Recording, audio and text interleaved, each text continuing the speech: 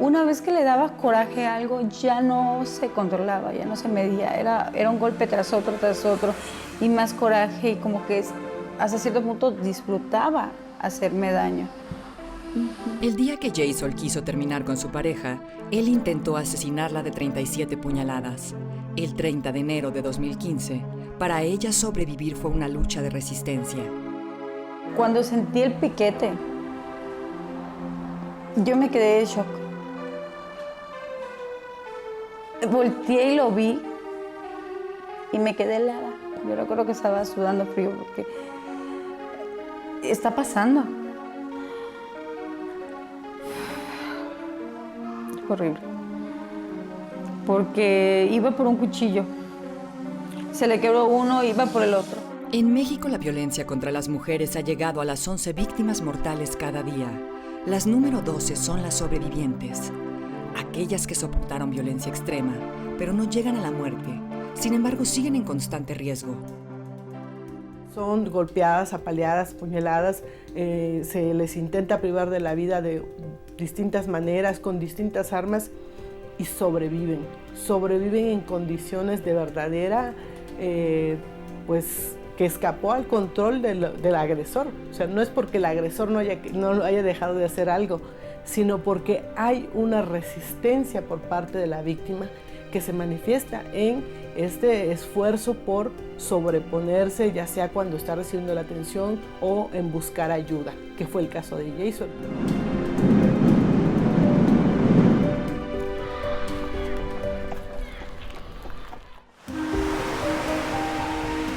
El cambio de vida de Jason hasta el día de hoy está vigente en ella. Ella no solamente fue víctima de tentativa de feminicidio, perdió su vida. Ella se dedicaba al baile de pole dance y pues el hecho de las cicatrices, las marcas, la imposibilidad de volver a subirse al tubo para poder bailar. Pues hay una serie de secuelas físicas, económicas, emocionales, que le cambian totalmente pues, el destino a las mujeres. No solamente tienen que salir de sus casas, sino que pues pierden su trabajo, la movilidad. Yo como bailarina tenía un sueldo de 1,000 pesos diarios, más las comisiones que ganaba por copa. Estamos hablando de que una noche muy baja yo ganaba 2,000 pesos. Y los fines de semana pues nos iba muy bien. En día de quinceañera mis hijos vivían en otro lado, estaban en escuelas particulares. Ya no podía realizar el pole dance, porque yo no tengo fuerza en las manos ni para sostener mucho tiempo una taza, un vaso, porque se me cae. Tras la agresión, Jason estuvo en terapia intensiva 2 meses. Al salir, la justicia no había actuado a su favor, ya que a pesar de tener heridas y lesiones graves en todo su cuerpo, la fiscalía acreditó el caso como lesiones calificadas y no como una tentativa de feminicidio. Pues me forcejeó, peleé con él y dije, ¿sabes qué? Me voy. Y ya me paré, empecé a arreglar la maleta. Pero en eso yo escuché que me dijo, te prefiero muerta que de otro. Y dije, ay, me va a pegar. Me va a pegar. Cómo el Ministerio Público es capaz de enviar un caso que es claramente tentativa de feminicidio por lesiones calificadas. Ahí se queda súper marcada la ineficiencia de investigación de la Fiscalía y la falta de aplicación de los protocolos que ya existían para la investigación del delito de feminicidio. Por la calificativa inicial del delito, porque no lo calificaron desde un inicio como feminicidio en grado de tentativa, sino que lo calificaron como lesiones, ¿sí? Aunque sean lesiones agravadas, pero como lesiones. Y eso le dio la oportunidad de seguir desde entonces su proceso en libertad. Encontramos un caso que estaba bastante complicado. Se habían presentado algunos peritajes que eran claramente violatorios del derecho de la víctima, porque la señalaban, la criminalizaban y la estigmatizaban. E incluso los peritajes psicológicos que se habían presentado eran adversos a la víctima, al punto que se había presentado por parte de la defensa de la persona imputada un peritaje en el que el perito especialista afirmaba que ella se había provocado las lesiones. La defensa de Jason luchó por 6 años para que el caso fuera calificado como tentativa de feminicidio. Se logró una sentencia de 30 años, pero aún Rodrigo N. sigue libre y Jason no logra recuperar su vida. Las deudas económicas por cubrir abogados y estancias en el hospital la hicieron pasar pobreza. Pues me ha afectado en mi salud, económicamente, moralmente, socialmente, con mis hijos. Vivíamos diferentes, vestíamos diferentes. Y ahorita sí tenemos para comer, pues. Es un día bendecido. Por este caso, Campeche fue el primer estado en incorporar la literalidad de tentativa de feminicidio en su código penal. Sin embargo, aún la justicia está estancada.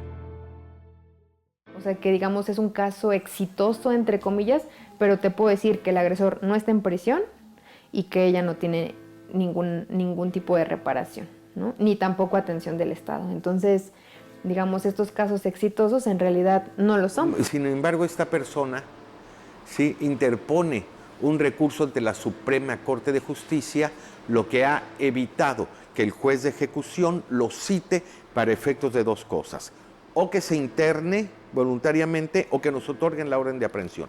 En eso estamos en este momento y estamos luchando contra ello. O sea, es en teoría un éxito, pero en la realidad no es así. Él está libre. Está libre y yo todos los días vivo con miedo de voy a salir a la calle y ¿cómo sé que no va a tratar de hacer algo? Las fiscalías de todo el país han identificado más de 1.700.000 casos de violencia extrema en contra de mujeres, pero solo 872 víctimas de feminicidio en grado de tentativa. El resto se acreditaron como violencia familiar o lesiones dolosas. Se desconoce cuántos de estos casos debieron ser clasificados como tentativa de feminicidio para evitar poner en riesgo a las víctimas.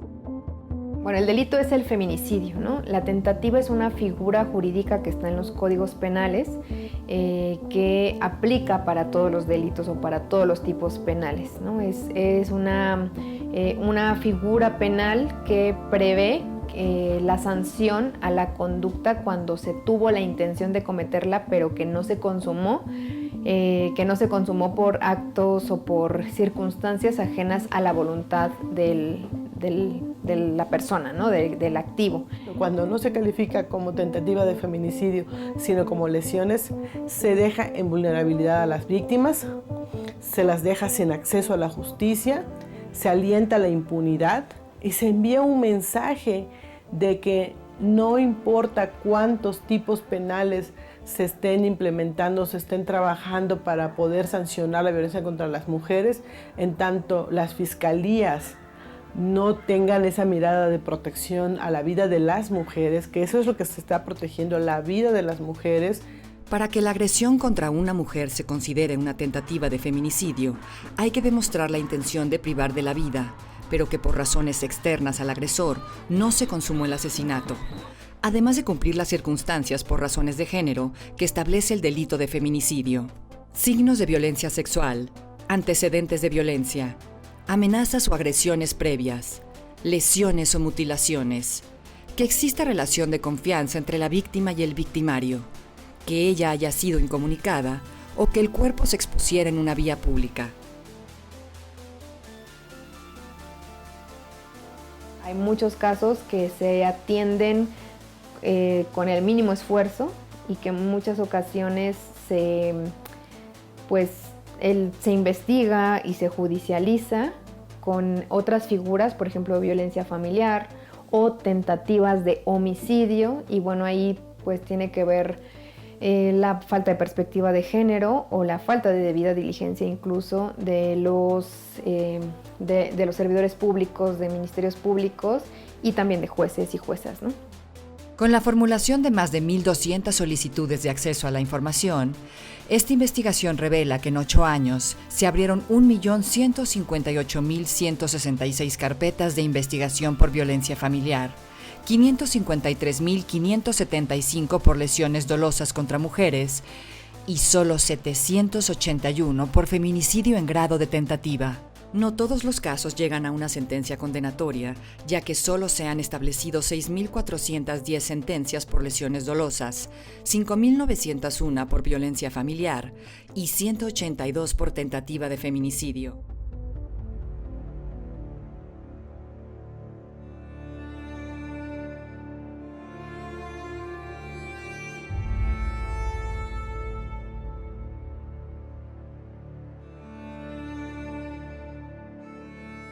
Mi historia de sobreviviente pues se inició en el 2014, en diciembre de 2014. El 4 de diciembre yo volví a nacer y desde entonces he tenido toda una experiencia de lo que significa sobrevivir a un feminicidio en este país. Carolina fue hospitalizada por un evento cerebral. Ya que ella vivía en Veracruz, su exesposo se ofreció a cuidarla en la Ciudad de México. Al estar vulnerable por la cirugía, él la secuestró y torturó por días hasta intentar matarla. Entonces empieza a hacerme una serie de acciones como amarrarme manos, amarrarme pies, aventarme agua caliente, agua fría, azotarme la cabeza contra el piso, amenazarme con cúter, con cuchillos. Me voy dando cuenta poco a poco que estoy siendo secuestrada, que empieza una tortura emocional, una tortura psicológica, un reclamo, una serie de cuestiones, dijéramos, muy, muy violentas y agresivas, y pues yo no me puedo mover. Carolina también luchó años para conseguir justicia por el intento de feminicidio que vivió. Se enfrentó a jueces y magistrados que llevaron el caso sin perspectiva de género, reclasificando el delito en varias ocasiones, hasta lograr una sentencia contra su expareja. Entonces, al reclasificarlo como homicidio en tentativa, entonces lo que iban a hacer es dar la mínima sentencia. Y eso es lo que hicieron. Dieron la mínima sentencia, que fueron 8 años, y no hubo una reparación del daño. 8 años nada más de sentencia, 15,000 pesos de reparación del daño. O sea, mi vida la tasó el juez en 15,000 pesos. Y finalmente el agresor murió en prisión. O sea, en realidad el caso pues quedó ahí sin una sentencia firme, entre comillas, sin una reparación, y bueno, ella al menos con la tranquilidad de que no la van a agredir nuevamente, ¿no? En ese momento volví a dormir prácticamente, cuando dije, ya no puede hacerme ningún daño.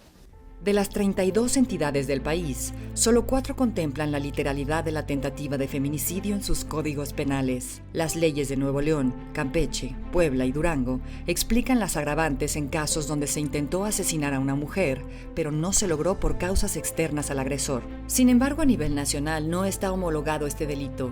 No hay coincidencia en los artículos ni tampoco en las penas. O sea, el papel lo aguanta todo y los códigos, leyes generales y todo, podemos decir que tenemos el conjunto legal más bonito y más completo.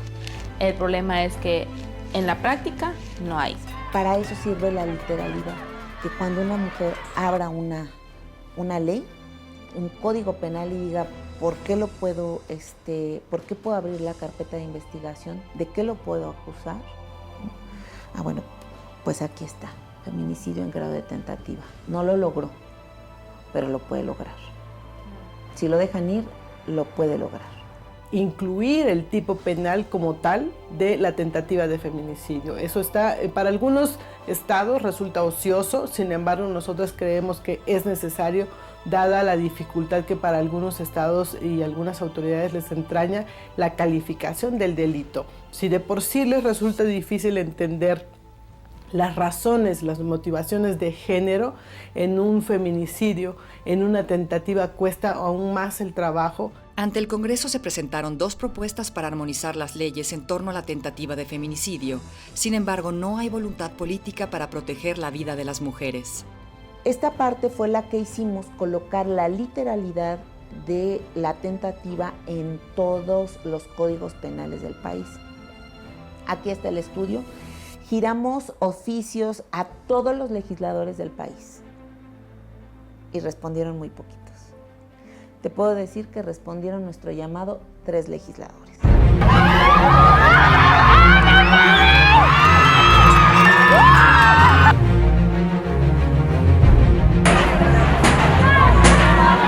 Abril Pérez, quien fue asesinada el lunes cuando se conmemoraba justamente el Día Internacional en contra de la violencia hacia las mujeres. Y es que se pudo evitar.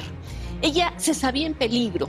El Ministerio Público temía por su vida. Todos conocían los antecedentes de violencia de parte de su exesposo. Quedó libre porque el juez Federico Mosco González recalificó el delito por lesiones y violencia familiar. 2 meses después, Abril está muerta. ¡Bravo, Mosco! ¡Bravo! Abril Pérez Agaón fue asesinada el 25 de noviembre del 2019. Al llegar de Monterrey al Aeropuerto Internacional de la Ciudad de México, recibió 2 impactos de bala mientras viajaba en un auto con sus hijos.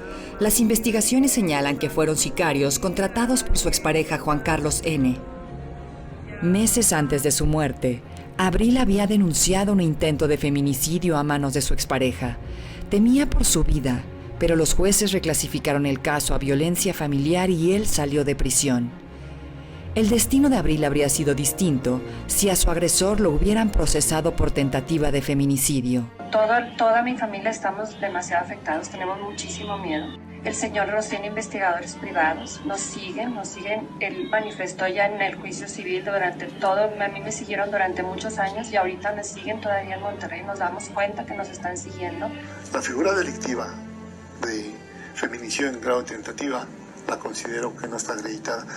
Hay la realización de actos ejecutivos a llevar a cabo una agresión, pero considero que no con el ánimo o intención de que una persona, en este caso una mujer, perdiera la vida. Bastaría un solo golpe. Si se hubiese tenido el propósito de privarla de la vida, con un solo golpe. Para nosotros ellos son cómplices de que este individuo fuera liberado y que a la vez, pues a la postre mi hermana esté muerta. Entonces hay una denuncia penal que pesa en contra de ellos y nosotros en ningún momento vamos a permitir que ellos regresen, ya que para nosotros son partícipes de este homicidio, de este feminicidio. Si esto hubiera sido catalogado como un tema de una emergencia, de vida o muerte, estoy seguro que mi hermana estaría viva. 2 jueces fueron cesados, 3 sicarios vinculados al proceso, pero el autor intelectual sigue prófugo, a pesar de ser buscado por la Interpol. El día de hoy, el Consejo de la Judicatura del Poder Judicial de la Ciudad de México está informando sobre el cese de 2 jueces que intervinieron, si ustedes recuerdan, en el caso Abril. Pero el día de hoy se cesa a 2 jueces que no tuvieron la perspectiva de género, que no reconocieron que Abril estaba en riesgo. Hay antecedentes de que no se le brindó protección, que no hubo apoyo, que al contrario, se dejó en libertad al agresor. Esto lo tiene que ver la Suprema Corte de Justicia. Estoy seguro que el presidente de la Suprema Corte de Justicia va a atender este asunto. Y se vuelve noticia de grandes dimensiones cuando la matan. No tendríamos que llegar a eso. Sí existe la tentativa de feminicidio como delito autónomo para que entonces no vayan a irse por la tangente, como en el caso de Abril, en este caso mío o en los miles de casos, porque no sabemos, no tenemos estadísticas de las sobrevivientes, suceden y resulta que derivan en un feminicidio. Con la implementación del feminicidio en el catálogo de delitos graves, donde el agresor debe ser detenido inmediatamente con prisión preventiva oficiosa, el feminicidio en grado de tentativa también puede aplicarla, ya que existe un alto riesgo de que se consume el delito. Sin embargo, en los casos donde no se logró acreditar la tentativa de feminicidio, los agresores mantienen su proceso en libertad y las mujeres viven con miedo a ser asesinadas. 107.074 mujeres tienen órdenes de protección por casos de violencia de género. Sin embargo, esta investigación revela que en los últimos 4 años, las fiscalías registraron 23 feminicidios de mujeres que ya estaban al cuidado del Estado.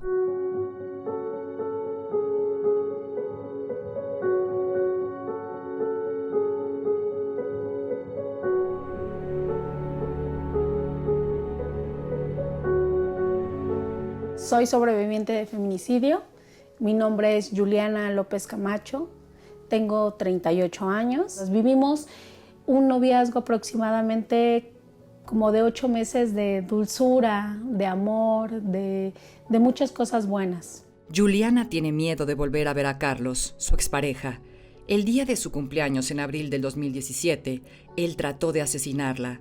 Empezó con celos, gritos y empujones. Después la golpeó e intentó asfixiarla. Yo tenía marcas de sus dedos sobre mis mejillas y las uñas enterradas de la fuerza con la que él me estaba tratando pues de asfixiar de alguna manera porque no recibía yo aire. Él se acerca a mí con un cuchillo, lo toma de la cocina y me dice, ¿te has imaginado lo que se sentiría estar muerta? Juliana no denunció ese día, pero él sigue hostigándola. Las autoridades se niegan a abrir una investigación por tentativa de feminicidio, pues afirman que solo se trata de acoso. Él iba a correr donde yo corría, a la hora que yo corría. Pasaba junto de mí, me respiraba en la oreja, me pasaba golpeando el hombro, o venía de frente y se reía, o me decía que me estaba observando. Me lo encontraba en los bancos, en los cines, en el centro. De no ser protegida, Juliana teme ser asesinada, ya que un año antes de agredirla, él presuntamente cometió un feminicidio. Me entero por su esposa, me manda un mensaje a través de Messenger y me manda una captura de un periódico, una liga, en donde me dice, ¿ya te enteraste? En donde él fue capturado, lo detienen por un feminicidio. Por un feminicidio que cometió en el 2016. Yo estuve con él en el 2017. En donde decía 3 años después lo capturan. Mató a su expareja de 40 puñaladas. Y entonces a mí no me queda duda que eso era lo que quería hacer conmigo. En junio del 2020 se reabrió el caso de Juliana. Su defensa busca acreditar la tentativa de feminicidio. Sin embargo, la pandemia atrasó el proceso con las autoridades. Ella aún está en riesgo.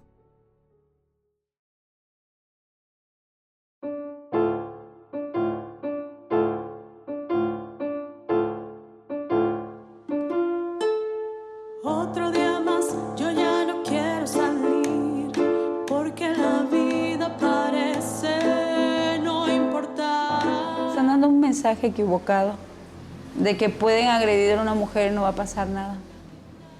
Están creando más vicios y están protegiendo a los agresores. O sea, Otro día más, el diario dice que no es feminicidio, eso es pura ficción. Cállate, no me engañas más. Ninguna mujer merece vivir con miedo, ninguna mujer merece vivir asustada, ni estar toda la vida resguardada o pensando que le van a hacer daño a ella o a los suyos. No quiero vivir así, ocultando mi miedo al saber que tal vez no voy a volver. No quiero vivir temiendo porque la noche se acerca, la violencia aumenta y el Estado no me protege. Cuando tú eres sujeta a una violencia de tal magnitud, como que tus piezas se quedan rotas, ¿no? Y es como en técnica japonesa, oriental, donde se unen las piezas y se les pone oro y demás. Es como volver a armarte y saber que esa sanación tiene que ver con lo emocional, pero también con lo energético, con tu corazón, con tu manera de conectarte con el mundo. Las sobrevivientes también contamos y vivimos para contarlo.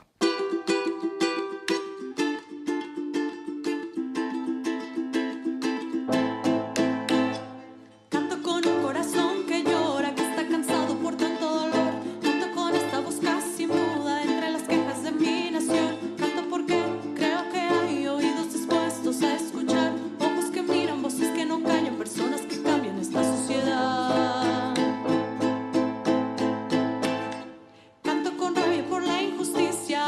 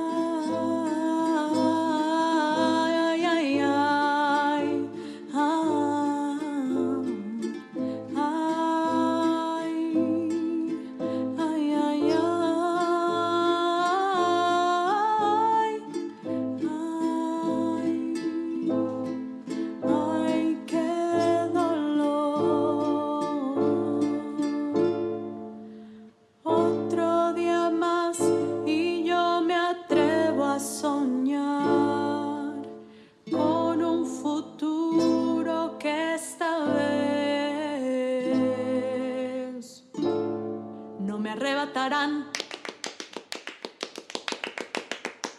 Porque ahora somos muchas, muchas ahora somos. Entre todas nos cuidamos con cariño y apapachos. Las voces elevamos. Mi voz muda ya no está.